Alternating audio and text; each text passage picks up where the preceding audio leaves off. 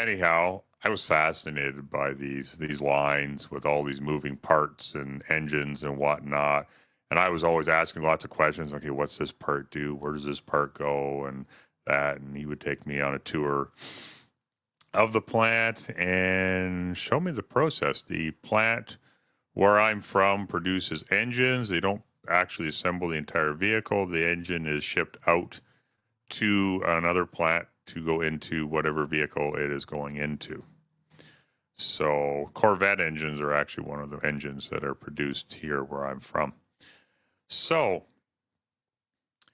I was very fascinated with this sort of thing. And like I say, with the snowmobiles, I learned a lot about it. My dad taught me how to tear down a snowmobile from top to bottom, including engine, and put it back together.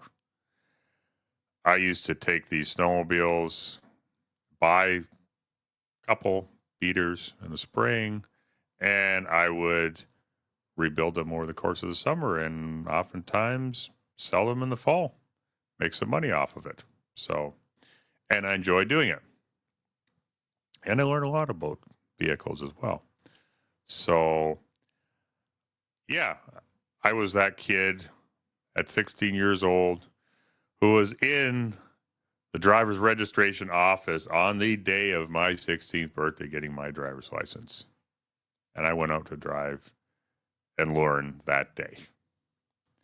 So, yeah, that's what led me to this channel, basically. I've been involved in car culture for a long time as well. I was a long term member and event organizer for the Ontario Quebec Club Grand Prix, OQCGP as it was known, here in Ontario and Quebec. I met many great guys throughout this club. I mean, and a lot of which are still friends today. You've met one of them on the channel, my friend Gary, who has the Holden conversion. He had a Grand Prix back in that time as well. And yeah, there was a lot of great guys. Unfortunately, when the Pontiac nameplate and the Grand Prix was dropped, within a few years, the company kind of more or less dissolved because there were no new cars coming in. So all good things come to an end, as they say, but it was still a great experience. I truly enjoyed it. I then still have my Grand Prix today. The Grand Prix I have was actually my dad's car originally. I actually convinced him to buy it. He was not really a Grand Prix fan. He liked the car, but left to his own devices, I don't think it would have been the car he would have chosen himself. He liked the Bonnevilles a lot more. He had three of those. I say go back to the 90s here. He had about three Bonnevilles. He had the Aurora Oldsmobile. Well, beautiful car as well, but lacked headroom. But the car itself was really nice. And the Pontiac Grand Prix.